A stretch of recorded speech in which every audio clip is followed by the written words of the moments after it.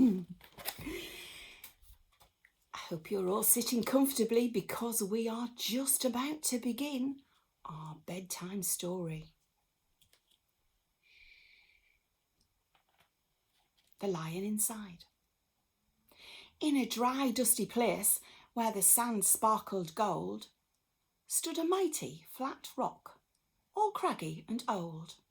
And under that rock, in a tiny full house, lived the littlest, quietest, meekest brown mouse.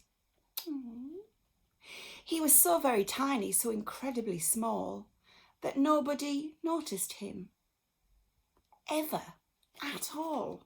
He got trod on, ow, and sat on, and missed out for stuff. Oh, ignored and forgotten. Yes, mouse life was tough. Meanwhile, far above, on top of the rock, times were quite different. It was lion o'clock. This huge, toothsome creature made sure everyone saw how important he was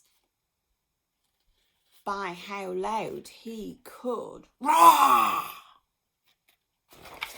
Big roar. He was head of the pack. He was shouty and tough.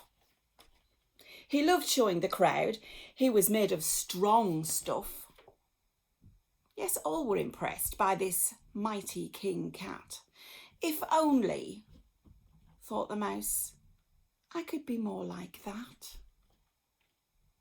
Then, late one dark night in his Minnie Mouse bed, the cleverest thought popped into his head. He jumped up from the covers and held up a paw. I've got it, he said. What I need is a roar.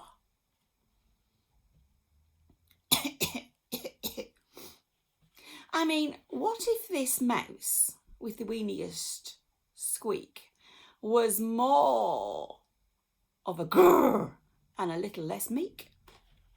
Well, he said, he'd still be the smallest furry brown of mice, but he'd make friends and join in, and life would be nice.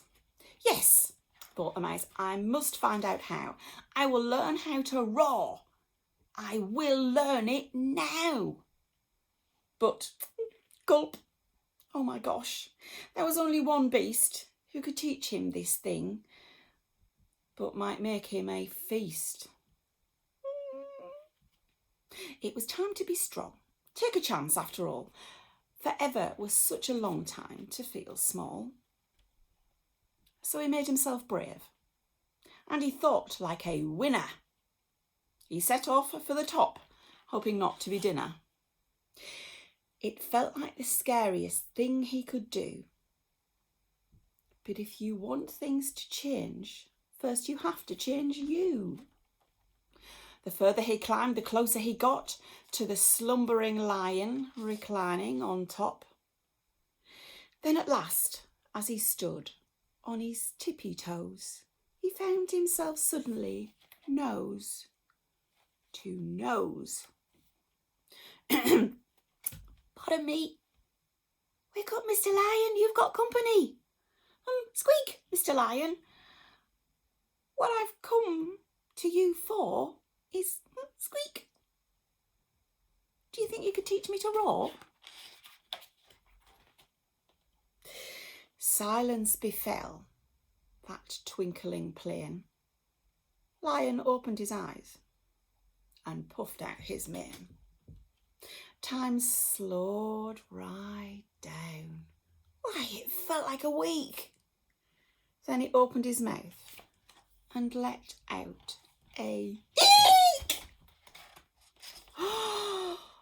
The lion was shaking, his paws all a-fumble. He was backing away with a scrambling tumble. Don't hurt me, he whimpered. Oh, try to be nice. Well, my goodness, this lion was frightened of mice.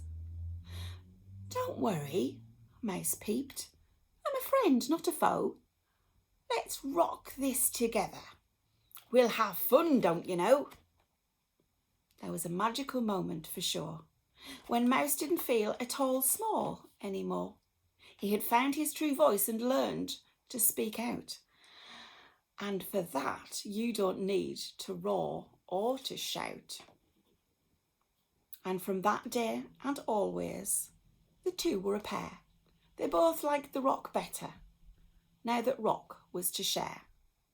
The mouse, while still little, felt big in his head. And Lion, he roared with laughter instead.